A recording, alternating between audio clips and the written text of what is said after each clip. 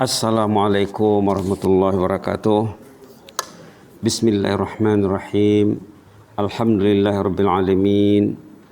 Wa bihi nasta'in ala umuri dunya waddin, wassalatu wassalamu ala asyrafil mursalin sayyidina wa habibina wa syafi'ina wa maulana Muhammad wa ala alihi wa sahbihi wa sallim tasliman katsiran bi rahmatika arhamar rahimin. Allahumma salli ala sayyidina Muhammad wa ala ali sayyidina Muhammad kama sallaita ala sayyidina Ibrahim wa ala ali sayyidina Ibrahim fil alamin innaka Hamidum Majid. Adada khalqihi ta'ala wa ridha nafsihi wa zinata arshihi wa midada kalimatihi wa kama yuhibbu rabbuna wa yarda wa man tabi'ahum bi ihsan ila yaumiddin.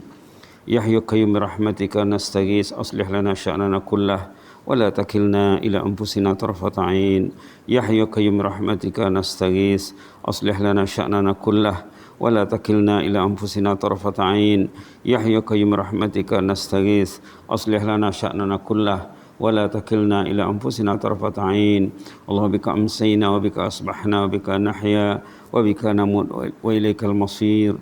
Allahumma bika amsayna wa bika asbahna wa bika nahya wa bika namut wa ilaikal masir. Allahumma bika amsayna wa bika asbahna wa bika nahya wa bika namut wa ilaikal masir. Na'udzu bikalimatillahi tammati min syarri ma khalaq. Na'udzu bikalimatillahi tammati min syarri ma khalaq. Na'udzu bikalimatillahi tammati min syarri ma khalaq. Allahumma ighfir lana dzambana kullah dikkahu wa jillahu wa awwalahu akhirahu wa alaniyatahu wa sirrahu. Rabbi shrah li sadri wa yassir li amri wahlul 'uqdatam min lisani yafqahu qawli. Alhamdulillahirabbil alamin. Alhamdulillahirabbil alamin. Kita bersyukur kepada Allah Subhanahu wa taala sudah selesai melaksanakan salat fardu maghrib berjamaah ya, sebagai hadiah yang besar dari Allah Subhanahu wa taala. Ibadat ini boleh dilihat sebagai hadiah. Allah menghadiahkan kita ibadat di rumahnya. Macam nikmat juga lah ya. Satu nikmat yang tidak dapat dibayar, tidak dapat dibeli. Ramai orang yang mau datang ke masjid, tapi masjid tak nampak. Masjid tak nampak. Dulu pernah seorang jemaah mau jumpa dengan hamba, batas sudah ya. Ustaz katanya, ya boleh jumpa tak? Boleh. Mau jumpa di mana? Nanti solat asar di Masjid Jami' Asriyah Sanal Barqiyah. Bah, bisa tak katanya. Ditunggu di sana, tidak ada dia. Betul balik rumah, masa itu duduk di pusar ulat. Datang dia ke rumah. Janji macam mana Mbak cakap? Kan janji jumpa di Masjid Jami', bukan tak boleh datang ke rumah. Allah Ustaz katanya, kami tak nampak jalan ke masjid katanya. Masjid itu ada tapi tak nampak jalan ke sana katanya. Wah, tak jauh dari situ nampak jalan katanya. Ramai manusia ini tidak nampak jalan ke masjid. Kita ini alhamdulillah Allah terangkan jalan ke masjid, mulus jalan ke masjid. Bersyukurlah kepada Allah. Itu maka kita wajib membaca alhamdulillah, alhamdulillah, alhamdulillah, alhamdulillah, alhamdulillah. Demikian juga subhanallah, Allahu akbar. Itu memuji Allah atas bimbingan Allah, atas pertolongan Allah. Mudah-mudahan bimbingan Allah ini berterusan sampai ke ujung usia, insyaallah ya. Berniat, orang beriman mesti berniat ingin berbuat taat kepada Allah selagi dia hidup. Ya Allah, karena ada tekad ya, karena ada azam, selagi saya mampu berjalan, saya ingin mendatangi rumahmu ya Allah. Dan bagilah saya peluang untuk mendatangi rumahmu sampai ke penghujung usia. Inilah tekad orang yang hidupnya qanaah yang disorot dalam khutbah Jumat kemarin. Kita mau menyorot sedikit tentang qanaah ya. Qanaah itu khutbah Jumat kemarin. Di sini ada teksnya. Sini menterbiah diri dengan sifat qanaah. Qanaah sudah jadi istilah. Adakah kita sudah paham atau belum? Inilah mau dibincang. Qanaah itu artinya apa? Qanaah itu artinya dia suka, rela, senang hati dengan rezeki yang diberikan Allah. Tidak mau lebih dari itu. Bukan tidak boleh berusaha lebih. Cukuplah ya Allah. Kalau ada tambah, alhamdulillah. Dia berusaha juga. Maka dalam hal mencari rezeki ini kata ulama, manusia ada 3 golongan. Ini yang bercakap Yahya bin Mu'az Ar-Razi. Yahya bin Mu'az Ar-Razi tokoh ulama kenamaan zaman dulu, tokoh waliullah yang namanya sering didengar, sering disebut. Kata Yahya bin Mu'az, manusia dalam mencari uang ini ada 3 kelompok. Kita boleh menentukan posisi masing-masing. Di mana yang 3 ini? Di mana yang 3 ini? Satu katanya orang yang tentang keduniaan dia sederhana saja. Qanaah macam dalam khutbah Jumat ni. Qanaah. Dah ada rumah, dah ada kereta, dah ada belanja mau dimakan, dah ada penghasilan. Kalau yang pencen-pencen lah ya. Kalau yang ada asetnya yang boleh mendatangkan income bulanan, dia sudah tahu berapa income bulanannya. Yang penting masalah rezeki dia sudah tidak memikirkan lagi. Dia sudah percaya kepada Allah, Allah akan menjamin rezekinya selagi dia hidup. Lalu dia fokus kepada akhirat. Ini kelompok pertama ya, orang yang masalah rezeki dia tidak pikir lagi. Ini yang qanaah nih. Dia tidak pikir lagi, tidak risau lagi. Yang dirisaukannya apa? Belanja akhirat. Belanja dunia sudah ada. Sekarang belanja akhirat lagi. Karena hidup ini, dunia ini sekejap. Adakah 5 tahun lagi hidup? Tak pasti. Tidak pasti. Tidak pasti. Berarti rumah itu akan tinggal, kendaraan akan tinggal, kekayaan akan tinggal, pasangan hidup akan berpisah, ahli keluarga akan bercerai, akan pergi seorang, dihantar seorang ke tempat yang sempit. Nah, sekarang belanja di sana yang mau difikirkan. Kalau tidak difikirkan, belanja di sana tempat yang sempit itu sempit nanti. Bahkan kubur itu mengamuk.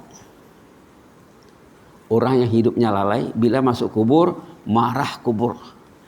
Dikepitnya, dipihitnya.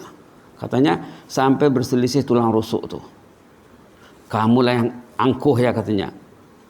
Azan tak dengar, masjid tak pergi katanya. Subhanallah. Subhanallah. Quran tak pegang katanya. La ilaha illallah. Lalu kata Yahya bin Mu'az, kategori pertama orang yang tidak mikirkan lagi keuangan, yang dipikirnya belanja di sana nanti. Lalu dia fokus untuk mencari belanja di era alam barzah, era alam kubur. Ini kata Yahya bin Mu'az namanya orang kategorinya salihin, orang yang saleh. Ini menurut pengelompokan yang buat oleh Yahya bin Mu'az. Yang kedua, orang yang memang sudah cukup semuanya, tapi dia masih mencari lagi. Tapi dicarinya untuk dilaburkan untuk hari esok. Masih cari duit, tapi setiap bulan mesti berinfak. Bab sedekah dia nomor 1. Ada dulu seorang kawan baik di Universiti Kebangsaan Malaysia UKM. Dia pencen bendahari UKM. Sebagai bendahari UKM. Lalu sesudah dia pencen, ada tawaran dari universiti lain, Universiti Sains Islam Malaysia, USIM, menawarkan supaya dia kerja bendahari di sana. Dia jumpa Mbak Ustaz, saya sudah pencen, saya ada surau dekat rumah, saya sekarang mengurus surau, tapi ada tawaran kerja dari satu universiti baru, saya terima atau tidak Ustaz? Nah, dia rujuk Pak, dia bertanya Pak, tanya dia Datuk sehat? Sehat. Dekat kesehatan okey. Datuk karena kerja. Selagi badan sehat, mampu bekerja, karena bekerja tapi berniat untuk melabur untuk akhirat. Kalau ada orang minta duit, Ustaz, saya perlu duit 1,000 ringgit.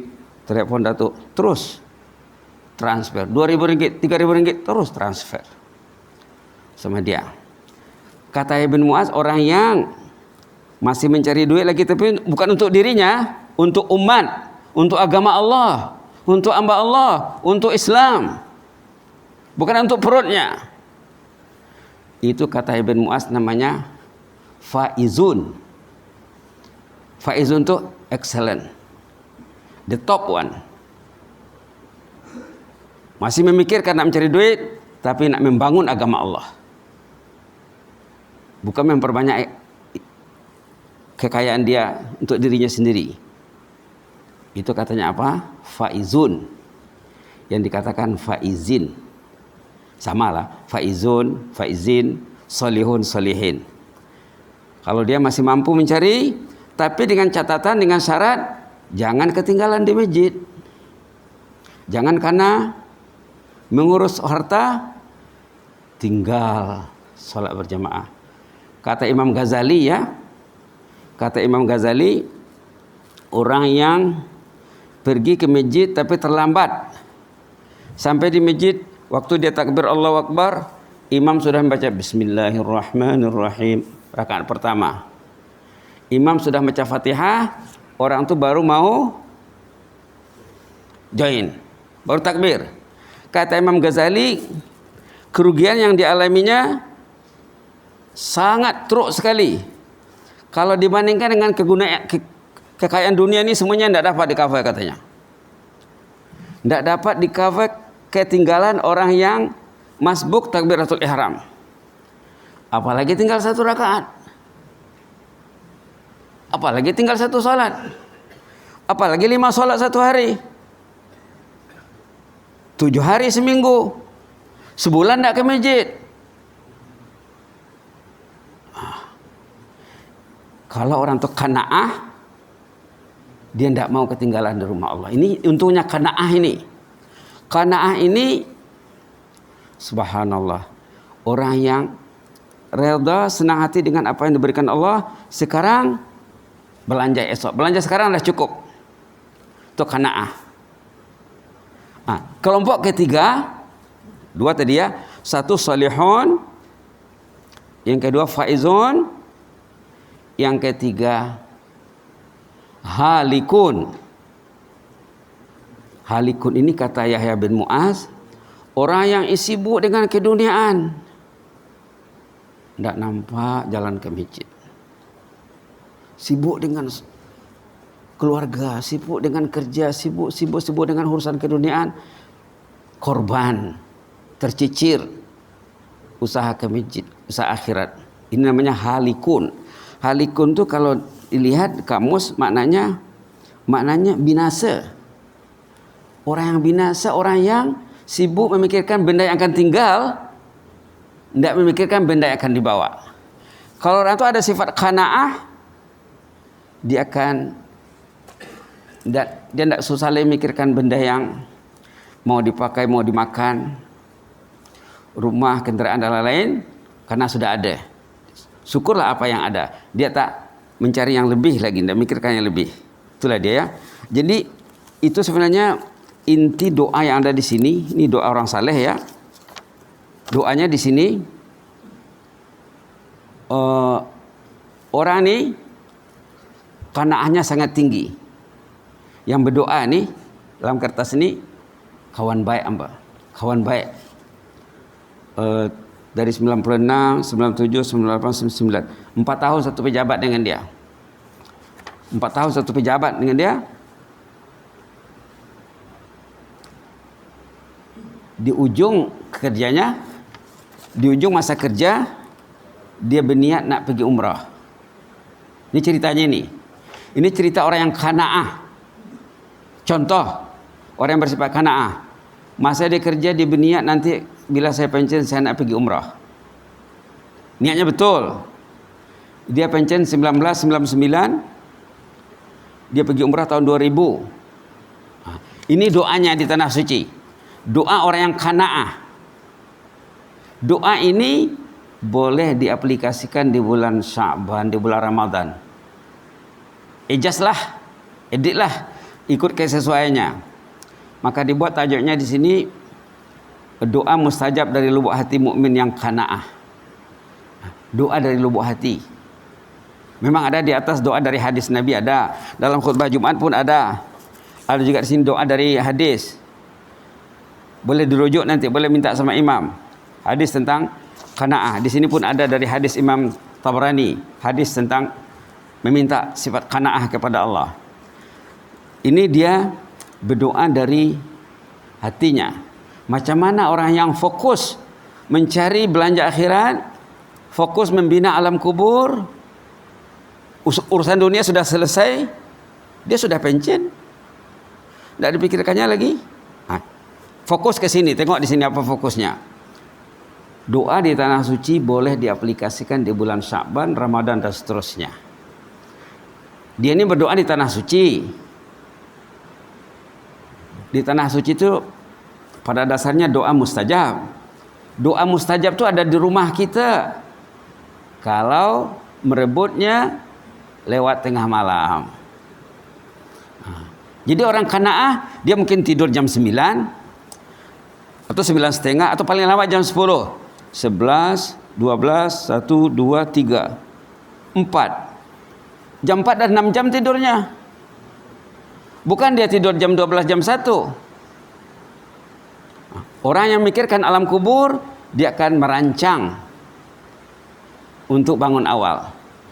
Perancangannya kemas, merancang untuk berjaya. Kata orang bijak pandai, siapa yang gagal merancang, berarti merancang untuk gagal. Kita kena merancang. Tidurnya jam berapa? Berapa jam tidur? Kalau tidak dirancang, orang yang gagal merancang untuk gagal. Subhanallah. Tengok di sini ya, doa hamba Allah ini kawan baik ya, kawan baik. Ya Allah ya Tuhanku yang bersifat Rahman dan Rahim, saya datang bersama beribu-ribu hamba-Mu bagi menyahut panggilan suci-Mu, labbaik Allahumma labbaik. Ini kalau di tanah suci ya. Nah, kalau kita bangun di ujung malam, ya Allah, saya bersama beribu-ribu hamba-Mu seluruhnya bangun di saat mustajab seperti ini. Para kekasih-Mu, para waliullah sudah bangun ya Allah. Para salihin bangun sekarang menghadap-Mu ya Allah. Saya ingin menghadap-Mu bersama-sama mereka. Kita bayangkan orang dari negara jiran dari negara orang-orang saleh bangun dengan kita sama-sama bangun di malam hari. Saya dari negeri yang jauh datang ke tempat suci yang mulia ini hanya mengharapkan limpah rahmat dan keampunan-Mu. Jadi kalau kita bangun lewat tengah malam, ya Allah, saya bangun pukul 2, pukul 3 mengharapkan rahmat-Mu, ya Allah. Rasa-rasa ujung usia saya sudah di penghujung, ya Allah. Rasa-rasa sekejap lagi saya akan masuk ke tempat yang gelap, yang sempit, ya Allah. Sekejap lagi saya akan terbaring seorang diri di liang lahat. Cakap macam itu. Mengadu, curhat, mencurahkan isi hati kepada Allah. Begitu caranya ya. Saya mengakui dan menyesali betapa diriku ini banyak berbalut aneka ragam dosa akibat kelemahan, kejahilan dan kelalaian. Itu orang yang qanaah. Dia lihat kelemahan dirinya. Orang yang tak melihat kelemahan dirinya itu orangnya sama ada tertipu ataupun egonya besar. Egonya besar. Ini dia, tidak. Saya berbalut aneka ragam dosa akibat kelemahan, kejahilan dan kelalaian. Boleh dirujuk nanti ayat yang dalam kurungan itu ya. Dia tahu dirinya katanya banyak berdosa. Kalau orang itu buat dosa dan dia mengaku banyak buat dosa, Allah akan maaf. Tapi kalau buat dosa, tidak takut, tidak merasa berdosa. Orang yang buat dosa tidak merasa berdosa, dosanya besar. Apalagi happy buat dosa, gembira menengok dosa, kambang menengok dosa, dosanya besar. Dosanya besar. Apalagi cerita pula dengan kawan. Share pula dengan kawan. La ilaha, itu iblis. Bukan manusia lagi itu. Dah insan iblis tu. Iblis bertepuk tangan melihatnya tuh. Bagus dia. Rambut sudah putih ya katanya. Kubur sudah dekat. Masih lagi tolong saya ya, kata iblis.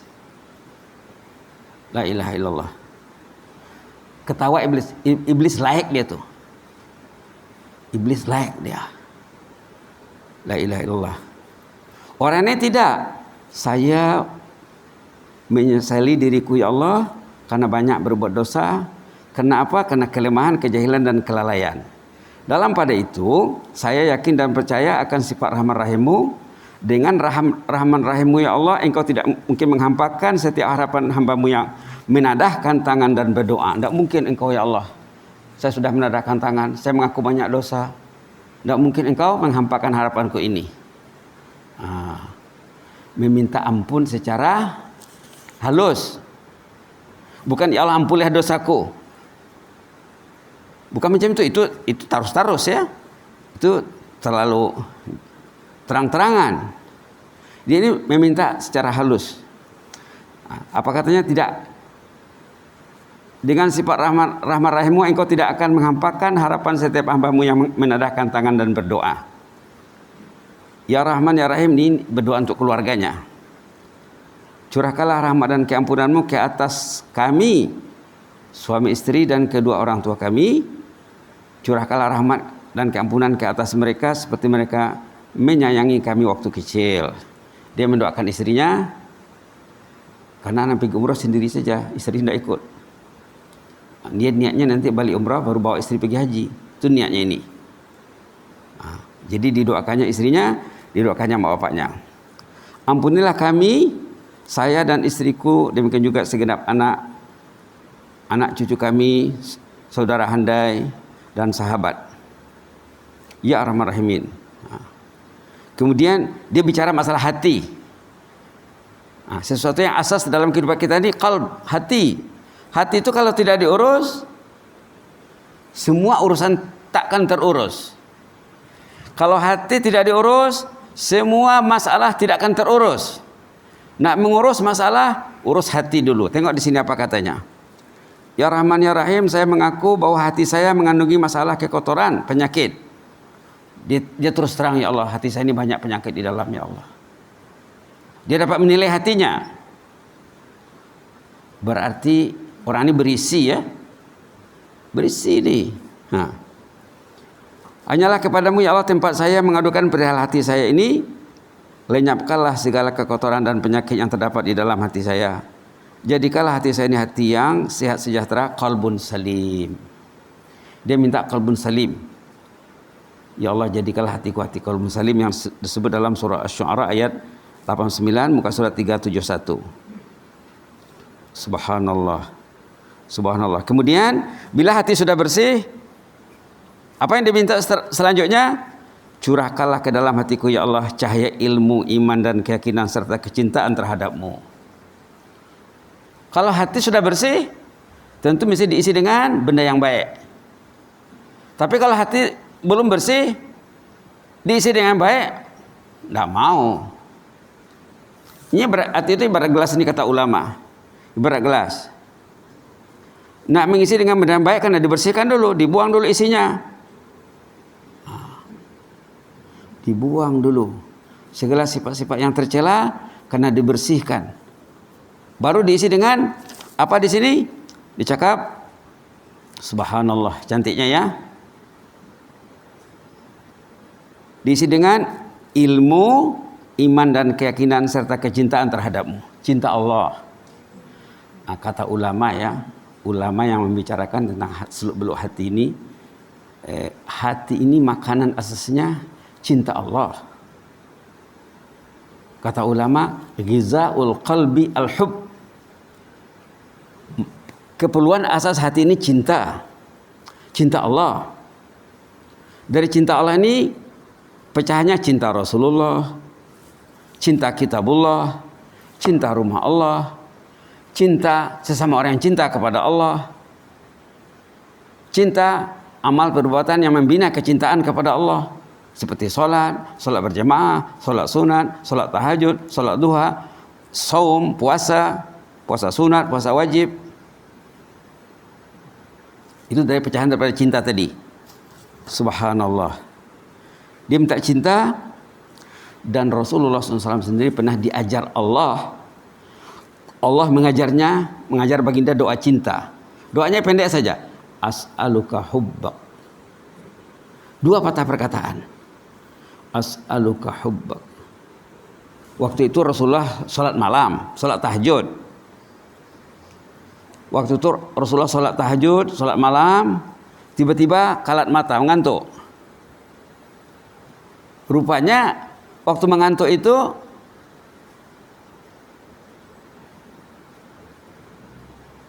Allah berkomunikasi dengan baginda. Bukan melalui Jibril, direct.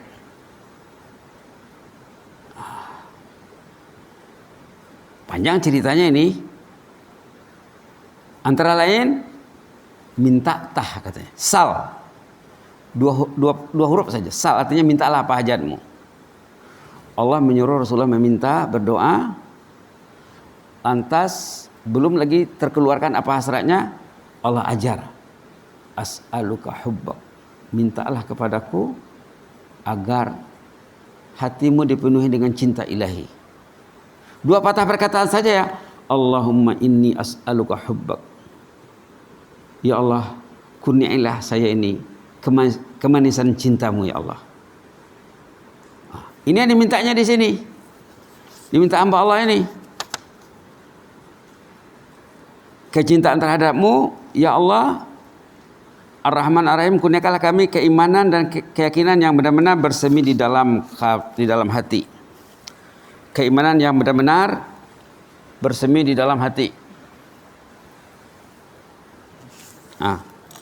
Ya. Jadi dia mengurus hatinya, Pak.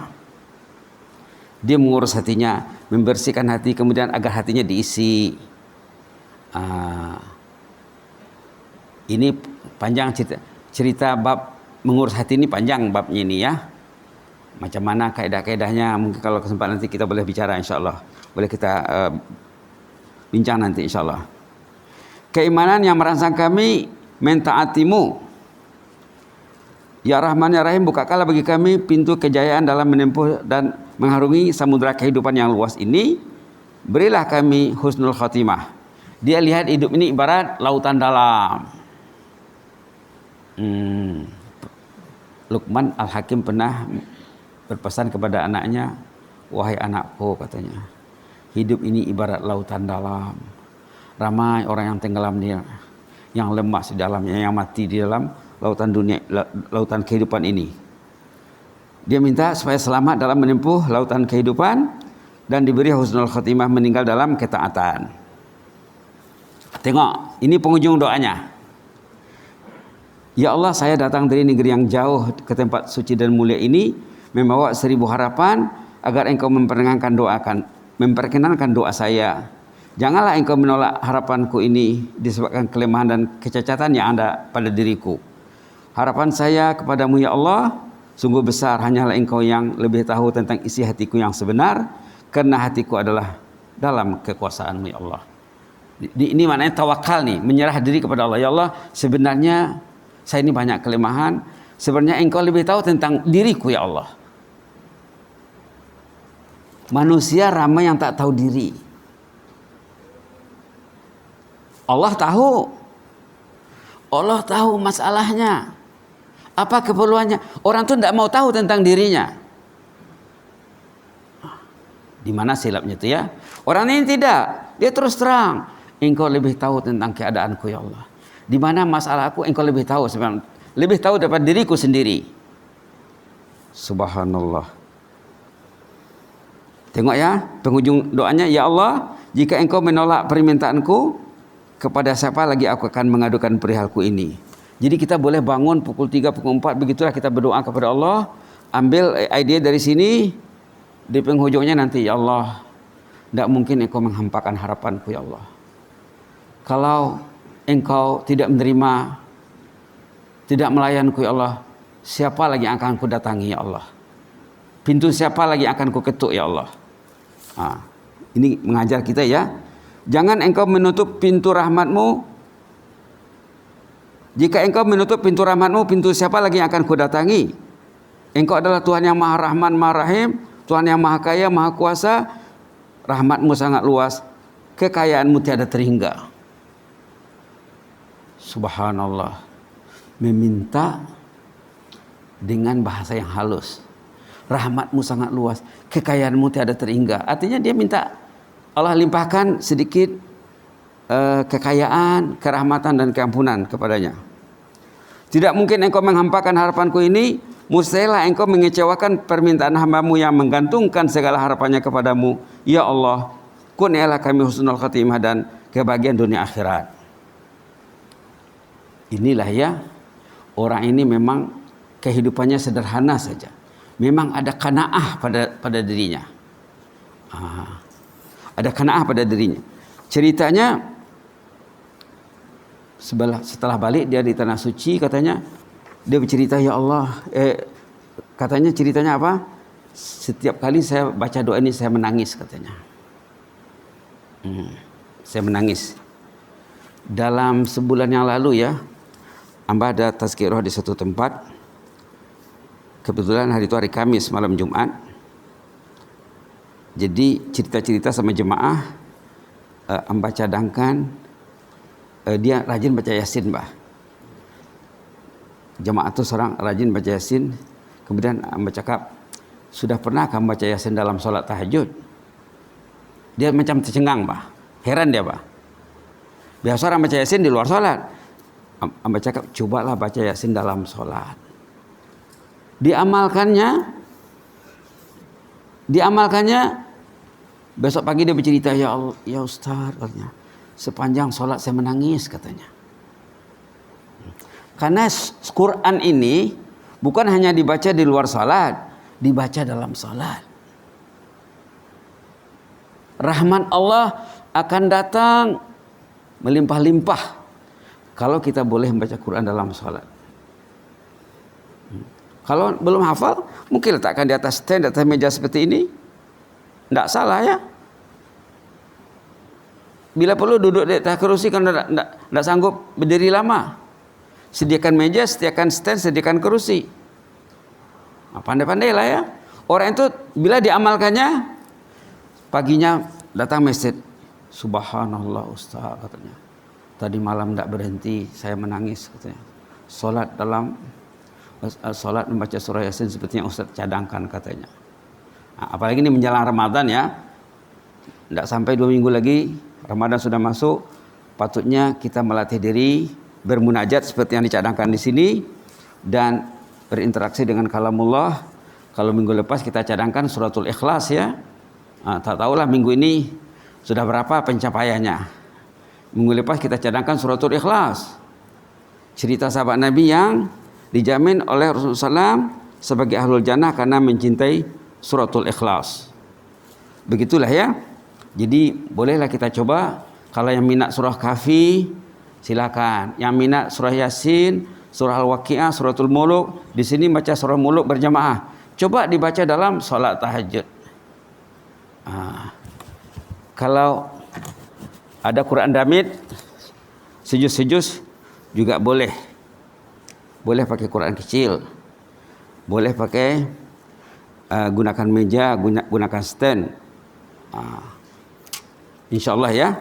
Jadi kita banyak dapat suntikan semangat dari cerita hamba Allah ini. Orang ini seperti yang dikatakan tadi, dia pencen 1999, umrah tahun 2000, bulan 4 2001 dia sudah meninggal. Dia meninggal dalam keadaan bersih. Semangat tahajudnya full, semangat berjamaahnya full, Qurannya maksimum. Subhanallah. Ini katakan dalam hadis di belakang ini, siapa yang ingin mencapai husnul khatimah, Allah rangsang dia untuk amal saleh di penghujung usianya. Waktu amal salehnya meningkat, di situ dia ambil ruhnya. Itulah orang yang dipilih oleh Allah Subhanahu wa taala. Dia meninggal, hari dia meninggal dia tak ada sakit. Dia pergi sholat subuh di masjid yang berhampiran rumahnya, Sungai Kebun. Dengan niat nanti zuhur mau datang lagi. Sebelum zuhur dia tidur kelola 10 menit 15 menit. Badannya sehat. Rupanya dalam tidurlah ruhnya diambil. Itu ceritanya. Kekasih Allah ini ya, ini kekasih Allah ini ahlul jannah. Ini kekasih Allah ahlul jannah. Jadi bukan tak ada cerita yang hebat-hebat di sini ya. Ada, tapi perlu kita kembangkan saja. Orang ini waktu dia kerja 3 tahun satu pejabat dengan dia. Dia cikgu bahasa Melayu saja, bukan guru agama dia. Waktu dia kerja kalau ada time kosong, dia akan pegang Quran. Dia akan lihat mushaf terjemahan. Pejabat tidak jauh dari masjid, dalam 200 meter saja. Bila azan berkumandang, kalau tugas tak ada, dia akan sholat di masjid. Memang qanaahnya tinggi. Qanaah itu apa? Dia tidak mikirkan lagi tentang keduniaan, yang dipikirkan tentang keakhiratan. Kenapa orang tu masih sibuk mikirkan keduniaan? Tidak qanaah, kurang qanaah. Maka perlu didalami isi khutbah Jumat ni ya.